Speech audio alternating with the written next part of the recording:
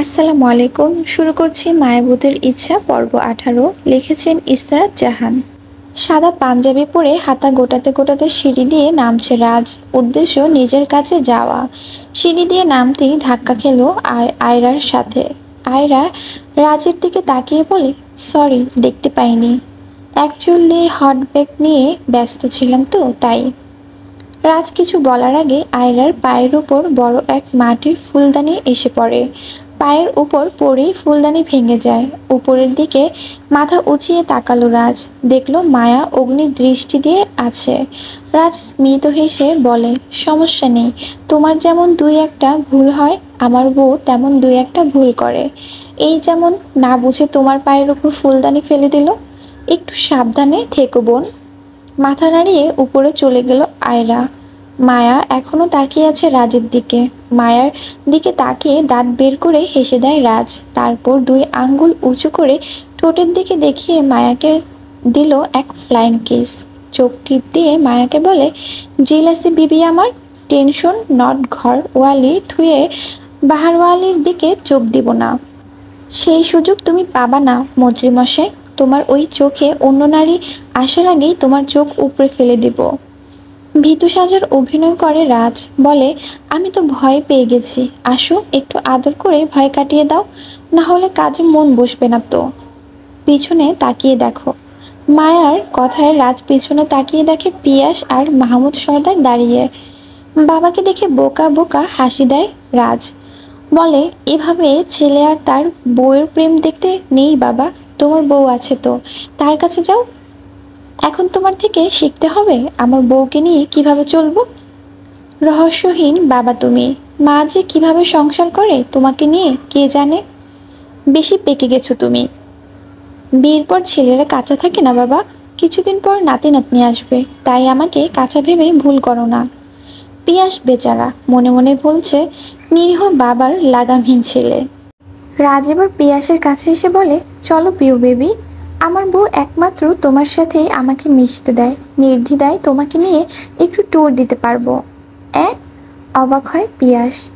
কি করছো? চলো তো ঘুরে আসি একটু। এই রসকসনি জায়গাগুলো থেকে একটু দূরে যাই। বলেই পিয়াসকে নিয়ে চলে গেল রাজ। গাড়িতে উঠতেই পিয়াস বলে, কোথায় যাব এখন আমরা? বারে। পিয়াস ঘড়ি দেখে বলে, এই সময় তো কোনো অনুষ্ঠান হয় না। বাড়ি পার্টি তো রাতে। ফ্রিতে বউয়ের হাতের ঝাড়ুর বাড়ি খেতে চাও নাকি? বারে যাব, মিটিং আছে, ওখানে কিছু বিজনেসম্যান আসবে। এই সময়টা ওখানে কেউ থাকবে না।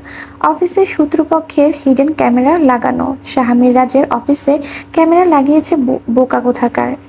একটাবার ভাবলো না ইতি শাহামির রাজের কাছে নির্দ্বিধায় ধরা পড়ে যাবে। এখন থেকে তার মতো চলতে দিয়ে আমরা আমাদের মতো অন্য স্থানে সিক্রেটি মিটিং চালাবো। পার্টিতে গেছি শুনলে তোমার বউ আর আমার বউ আমাদের নিজেদের বাড়ি থেকেই বাইরে বের করে দিবে। এটা অবশ্য ঠিক। কোচিংয়ে এসেছে শিয়া। মেডিকেল কলেজের জন্য প্রিপারেশন নিচ্ছে। শিয়ার একমাত্র স্বপ্ন ছিল ডাক্তার হওয়া। এখন ডক্টর আদ্রকে দেখে দুইটা স্বপ্ন জেগেছে। এক, নিজে ডক্টর হবে, আর দুই, আদ্রর মনের মানুষ হবে। খোঁজ নিয়ে জানতে পেরেছে অহর্নিশ আদ্র এখনো ব্যাচেলর। বাবা মা নেই, দাদির কাছে বড় হয়েছে। কোচিং থেকে বের হয়ে গাড়িতে উঠতেই নীলের কিছু বখাটে আসে শিয়ার কাছে। উত্ত্যক্ত করতে থাকে। শিয়া ভয় পেয়ে যায়। পিছিয়ে যেতে নিলে একটি গাড়ি এসে দাঁড়ায় সেখানে। সবাই তাকিয়ে দেখছে সেদিকে। গাড়ি থেকে নেমে আসে আদ্র। আদ্রকে দেখে শিয়া হেসে দেয়। আদ্র এসেই তাকালো শিয়ার দিকে। শিয়ার আশেপাশে ছেলেরাও তাকিয়ে আছে আদ্রর দিকে। শিয়া দৌড়ে যেয়ে দাঁড়ালো আদ্রর পিছনে। বলে, প্লিজ হেল্প মি। আদ্র একবার তাকালো শিয়ার দিকে, আবার তাকালো বখাটে গুলোর দিকে। শিয়াকে সান্ত্বনা দিয়ে বলে, ডোন্ট ওয়ারি, আমি আছি, কিছু করবে না ওরা তোমার। একজন বখাটে এগিয়ে এসে বলে, আব্বে, কি করবি রে তুই? বলতে না বলতে আদ্র ওর গায়ে একটা কোট একটু উঁচু করে দেখিয়ে দেয়। আদ্র মুখে রহস্য হাসি। ছেলেগুলো আদ্রর পকেটে গুলি দেখে শুকনো ঢোক গিলে। আদ্র বলে, কিছু করতে হবে আমাকে? না না বলেই দৌড় দেয় ছেলেরা। শিয়া একটু অবাক হলো। ছেলেগুলো আদ্রর সামান্য কথাতেই পালালো কেন? কিছুই তো করেনি আদ্র। শিয়ার মুখের দিকে তাকিয়ে আদ্র বলে, এত চিন্তা করলে তো ব্রেনে চাপ পড়বে, ডক্টর হতে পারবে না তখন। সময়টা নিজের স্বপ্ন পূরণে এগিয়ে নিয়ে যাও। জি, আসো, আমি লিফট দিয়ে দিচ্ছি। সুযোগটা মিস করতে চায় না শিয়া। আদ্রকে তার জানতে হবে, বুঝতে হবে। তাই আদ্রর প্রস্তাবে রাজি হলো সে। তাই নিজেদের গাড়িকে যেতে বলে উঠে গেল আদ্রর গাড়িতে। গাড়িতে উঠেও নীরবতা পালন করতে থাকে শিয়া। হঠাৎ আদ্র প্রশ্ন করে, কোন সাবজেক্ট নিয়ে পড়তে চাও? আমার ইচ্ছা অর্থোপেডিক। গ্রেট, আমি এই বিষয়ে ক্লাস নিয়ে থাকি, এই জন্যই তো নিতে চাই এই সাবজেক্ট। না হলে তো গাইনোলজি নিয়ে পড়তাম, বিড়বিড় করে বলে শিয়া। কিছু বললে? না তো, এমনি আর কি, ভাবছিলাম যে আমি পারবো কি না। অবশ্যই পারবে, মনোবল শক্তি থাকলে অবশ্যই উদ্দেশ্য সফল হবে। উদ্দেশ্য সফল হবে বলছেন? হুম, অবশ্যই হবে। কেন নিজের উপর কনফিডেন্ট নেই? আছে তো, কিন্তু এই একটা বিষয় একটু চিন্তায় আছি। কোনো মতে মেডিকেলে চান্স পেলে হয়, তারপর বুঝি উদ্দেশ্য সফল হবে। হ্যাঁ, তাই তো করব। বলে আদ্রের দিকে তাকালো শিয়া। আদ্রের মুখে দুষ্টু হাসি। শিয়া আমতা আমতা করে বলে, না মানে অর্থোপেডিক্স নিয়ে আরো বেশি জ্ঞান অর্জন করব, তাই আর কি। হুম হুম, বুঝলাম। তোমার অর্থোপেডিক্স নিয়ে জ্ঞান অর্জন করতে যা যা সাহায্য লাগে আমি করব। তাহলে তো সুবিধা আরো বেশি। লাফিয়ে উঠে কথাগুলো বলে আবার থেমে যায় শিয়া। একটুকুতেই তার এক্সাইটেড বাড়তে থাকে। আদ্রতার মুখে মিষ্টি হাসি ফুটিয়ে রেখেছে। শিয়া এবার লজ্জা পেয়ে জানালা দিয়ে বাইরের দিকে দেখতে থাকে। ক্রাশের পাশে বসে একটু নার্ভাস সে। গাড়ি এসে সর্দার মহলের সামনে দাঁড়ালো। শিয়া নেমে গেল গাড়ি থেকে। আদ্র নিজেও নেমে দাঁড়ালো। শিয়াকে বলে, তোমার কাকাকে দেখতেই এসেছিলাম আমি। রাস্তায় ওদের দেখে গাড়ি থামালাম। একই একই বাড়িতে যেহেতু আসবো তাই আর কি, বলেছিলাম লিফট দেওয়ার কথা। ও, তাহলে আসুন ভিতরে। বলেই শিয়া হাঁটতে থাকে। বাড়িটির দিকে চোখ বোলাতে থাকে আদ্র।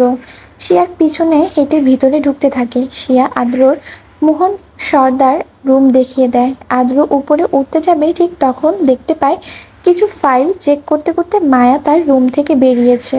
আদ্র অন্যদিকে চোখ ঘুরিয়ে সিঁড়ি দিয়ে উঠতে নিলে সিঁড়ির মাঝ বরাবর সাক্ষাৎ হয় রুদ্রর সাথে। আদ্র ও রুদ্র একে অপরকে দেখে হ্যান্ডশেক করে। তারপর আদ্রকে নিয়ে যায় মোহন সর্দারের ঘরে। মায়া এই সব কিছু দেখছিল। আদ্রর চাহনিতে রহস্য, শিয়ার প্রতি আদ্রর আলাদা টান, এগুলো দেখতে পেল মায়া। হসপিটালে থাকতে সে সব কিছু দেখেছিল। আজকে আবার শিয়া এসেছে আদ্রর সাথে, সন্দেহ তো হবেই। নাস্তা নিয়ে শিয়া উপরে উঠতে নিলে মায়া বলে, আমাকে দাও, আমি নিয়ে যাচ্ছি। কিন্তু ভাবি, তুমি তো অফিসে যাবে। সমস্যা নেই, আমি দেখছি, তুমি যাও, ফ্রেশ হয়ে এসো। আচ্ছা। শিয়ার একটু খারাপ লাগলেও চলে যায়। শিয়া নিজে চা বানিয়েছিল আদ্রর জন্য। ভেবেছিল নিজের হাতে দিয়ে ইমপ্রেস করবে, কিন্তু এটা হলো না। চা নিয়ে মায়া ঢুকলো মোহন সর্দারের রুমে। মোহন সর্দার চুপচাপ শুয়ে আছে। আদ্র ওনাকে দেখছে। সকালে আয়রা ব্যায়াম করে দিয়েছে। এখন আদ্র ওনার কাছে বিভিন্ন প্রশ্ন করে। নাস্তার ট্রে হাতে মায়াকে দাঁড়িয়ে থাকতে দেখে রুদ্র বলে, আরে ভাবিজি, আপনি? মন্ত্রীর বউ সার্ভেন্টের কাজ? মন্ত্রীর বউ কিন্তু এই বাড়ির বউ। বউদের কাজ অতিথি আপ্যায়ন করা, যেটা বউ হয়ে করতে এসেছি। ননদ আসতে চেয়েছিল, আমি বাধা দিয়েছি। আজকাল আমার ননদের উপর শুকনের দৃষ্টি বেশি পড়ছে, তাই আর কি, সেফ রাখছি ওদের। প্রথম কথাটা রুদ্রর দিকে তাকিয়ে বলল, শেষ কথাটা আদ্রর দিকে তাকিয়ে বলে মায়া। আদ্র বুঝেও ঠোঁট কামড়ে হাসে। রুদ্র বলে, শুকনটা ঠিক ভালো দৃষ্টির নাকি বাজে কোনটি ভাবি? সময় হলে জানা যাবে। তো ডাক্তার, আপনার নাস্তা আমার ননদ শিয়া নিজের হাতে বানিয়েছে, খেতে খারাপ হবে না, টেস্ট করে জানিয়ে দিবেন। বলে চলে যেতে নেয় মায়া। দরজার কাছে এসে আয়রার দিকে অগ্নি দৃষ্টিতে তাকিয়ে বলে, আপনার নার্সকে অ্যালার্ট করে দিবেন ডাক্তার। আদ্র অন্যের বরের দিকে নজর যেন না দেয়। এই মায়া আবার রূপে এক গুণে আরেক। বলে চলে যায় মায়া। আদ্র তাকালো আয়রার দিকে, একটু কঠিন দৃষ্টি দিয়েই তাকালো। আয়রা মাথা নাড়িয়ে না বুঝিয়ে দিল। মোহন সর্দার বলেন, ছাড়ো তো ওর কথা। ওই মেয়ে এমন, আমার অবস্থা কেমন এটাই বলো। চায়ের কাপ হাতে নেয় আদ্র। চা দিয়ে ধোয়া উঠছে, নাকের কাছে নিয়ে ঘ্রাণ নিতে থাকে। তারপর এক চুমুক দিয়ে বলে, ভালোই আছে, খারাপ না। মোহন সর্দার তার শরীরের অবস্থাকে বুঝে নিল। আদ্রর এমন কথা শুনে খুশি হয়ে যায় সে। আয়রা মিটিমিটি হাসতে থাকে। আদ্র ঠিক কী বিষয় বলেছে এটা আয়রা বুঝতে পেরেছে। আদ্র চা শেষ করে বলে, তাহলে আজ আমি উঠি, নেক্সট উইকে দেখা হবে, বাই। বলেই বেরিয়ে যায় আদ্র। রুদ্র নিজেও বেরিয়ে পড়ে। রুমে থাকে আয়রা আর মোহন সর্দার। মোহন সর্দার তার মতো খবরের কাগজ পড়ছে। আয়রা সোফায় বসে ফোন ঘাঁটছে। এর ভেতরে রুমে আসে সোনালি। মালিনী আর সোনালি মাজারে গিয়েছিল। মোহন সর্দারের জন্য তাবিজ এনেছে সে। রুম একা। আয়রা আর মোহন সর্দারকে দেখে একটু রেগে গেল, কিন্তু কিছু না বলে মোহন সর্দারকে বলে, নাও এটা গলায় দাও, দেখবে ঠিক হয়ে যাবে। মোহন সর্দার নিতে গেলে আয়রা বাধা দিয়ে বলে, এই সময় তাকে এগুলো দেওয়া উচিত হবে না, তার গলা আর হাতেও ফ্র্যাকচার আছে। তোমার থেকে কে জানতে চেয়েছে মেয়ে? তুমি তোমার কাজ করো। আপনি হয়তো ভুলে গেছেন আমি ওনার দেখভাল করতে এসেছি, তাই তো তাবিজ পড়তে না করেছি। আর যদি এটাই আপনারা চান তাহলে আমি চলে যাচ্ছি। এবার মোহন সর্দার মুখ খুলে বলেন, আহ নার্স তো এই মেয়ে, তুমি না, তাহলে তুমি কেন তর্ক করছো?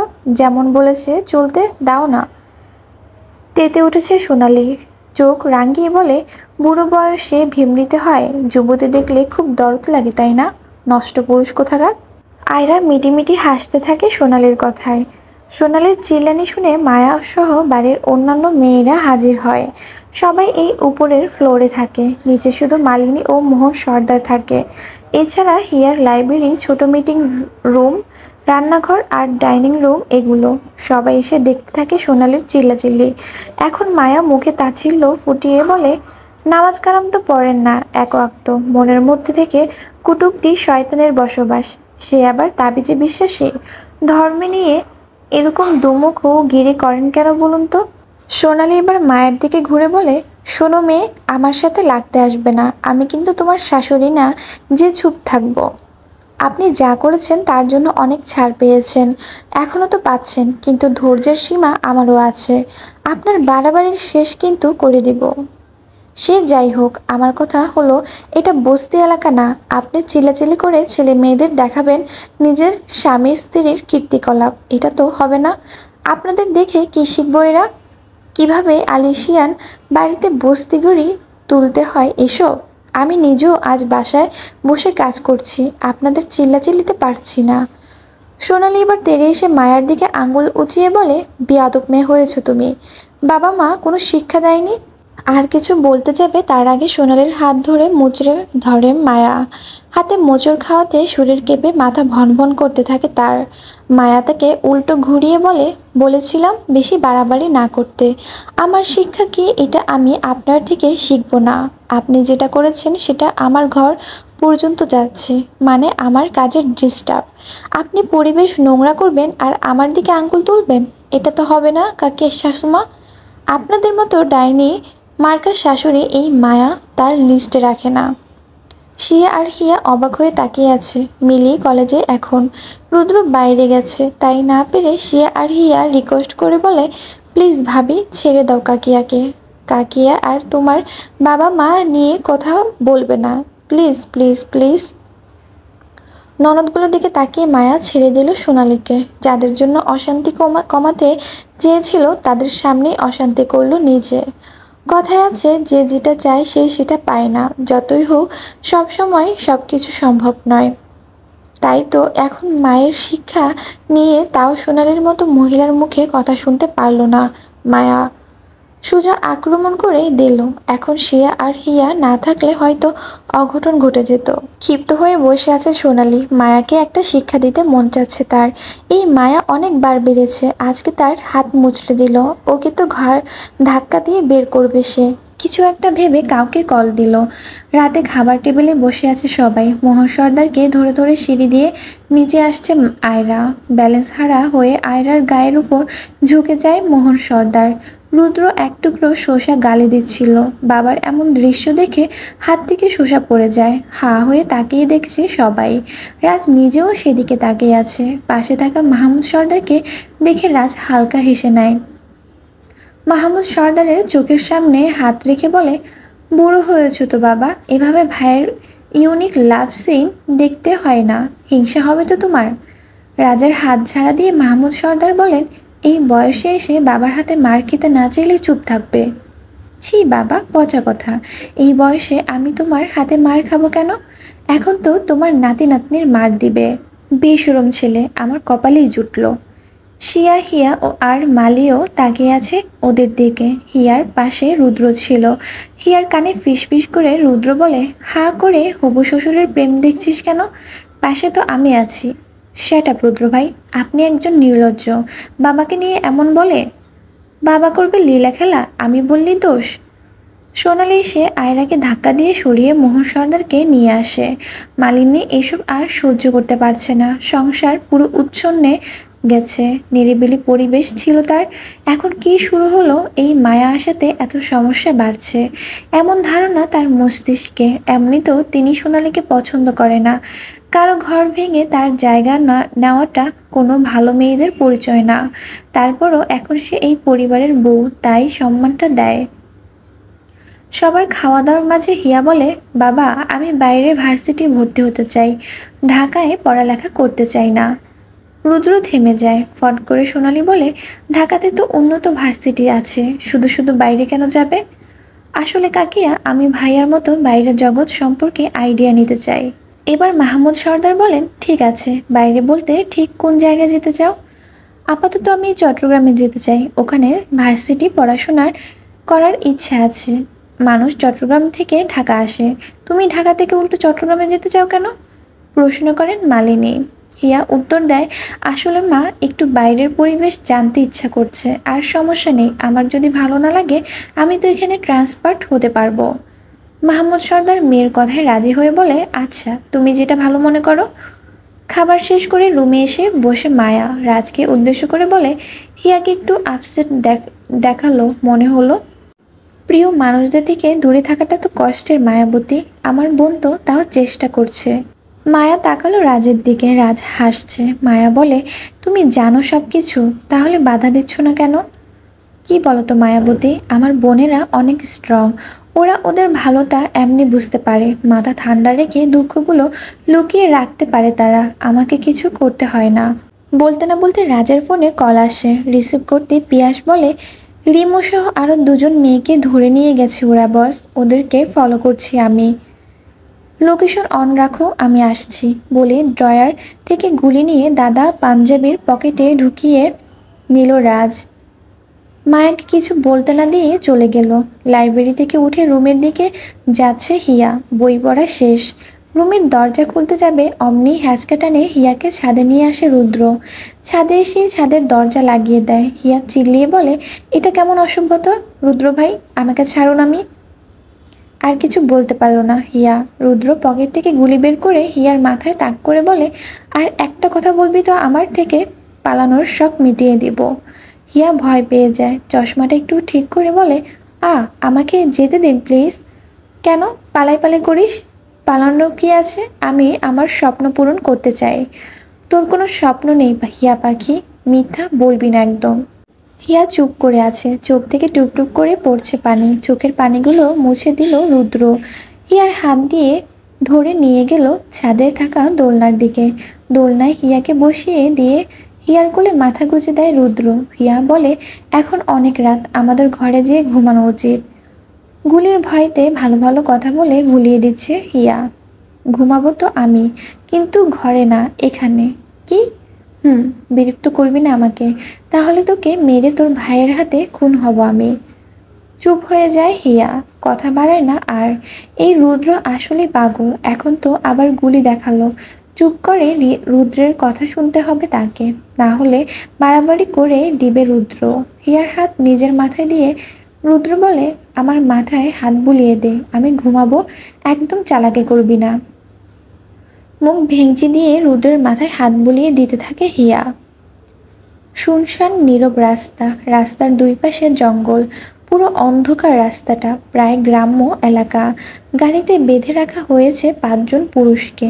একপাশে দাঁড়িয়ে একে অপরকে জড়িয়ে আছে রিমু ও বাকি মেয়েরা।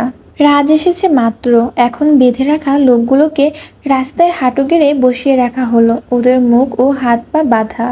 ওদের এক একজনকে দেখে রাজ বলে, কে তোদের লিডার? সবাই তাকিয়ে আছে। রাজা আবার বলে, কার আদেশে এগুলো করিস নাম বল। বলে পিয়াসকে ইশারা করে রাজ। পিয়াস একজনের মুখ খুলে দেয়। সে বলে, আমরা জানি না সে কে। সে আমাদের সামনে মুখ বেঁধে আসে, তার চেহারা আমরা দেখতে পারি না। তবে যে আমাদের ইনস্ট্রাকশন দেয় সে আসল না, সেও কারো ইনস্ট্রাকশন মেনে চলে। তার মানে তোরা ছোটোখাটো চামচা, তাই তো? না হলে তোদের বাঁচিয়ে রেখে লাভ নেই। বলেই এক এক করে শ্যুট করতে থাকে রাজ। তিনজনকে শ্যুট করার পর বাকি দুজনকে পিছন থেকে কেউ শ্যুট করে দেয়। এবারও রাজ আর পিছনে তাকালো না, জানে কে আছে পিছনে। মায়া আলতো হেসে বলে, মায়া এতটাও কাঁচা খিলাড়ি না মন্ত্রীমশাই। মায়া তার উদ্দেশ্য সঠিকভাবে পালন করে। কেন বারবার মায়াবতীর রক্তবতী হওয়ার থেকে দূরে রাখো তুমি? পিছনে তাকিয়ে মায়ার কাছে এসে রাজ বলে, বউকে রক্ষা করা বরের আইনত অধিকার মায়াবতী। ভেবেছিলাম রাতে বাড়ি ফিরে জমিয়ে প্রেম করব, তাই তোমাকে রক্তবতী হতে দেইনি। রক্ত নিয়ে কি বউয়ের সাথে প্রেম করা যায়? কিন্তু আমার ভাগ্যটাই খারাপ, বউয়ের সাথে সুইট মোমেন্ট আসেই না। ভাবছি শালাগুলোকে একবারে শেষ করে তোমাকে নিয়ে দূরে হারিয়ে যাব, একেবারে বান্ডিল ভরা বাচ্চা নিয়ে হাজির হব। কি বলো, আইডিয়া কেমন? পিউ বেবি।